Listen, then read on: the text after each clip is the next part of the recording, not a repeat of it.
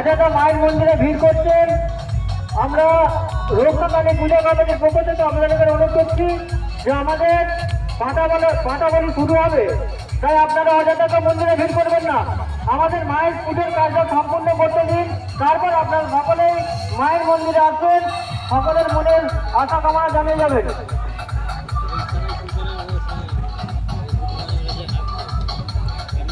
অনুপম সিং, আপনি যেখানে থাকুন অতি দপ্তর ভোটার কার্ড এসে দেখা করুন।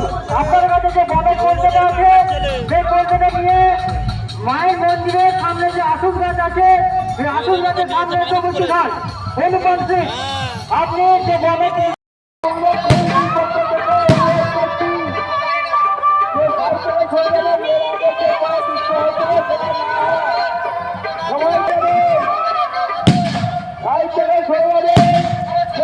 কাজে না থাকে থাকবে সেটা কমিটি বুঝবে। কোনো পদে হাত দেবেন না, কোনো পদে হাত দেবেন না। আর সবাইকে অনুরোধ করছি কমিটি থেকে যে সাইড থেকে সরে যাওয়ার জন্য অনুরোধ করছি।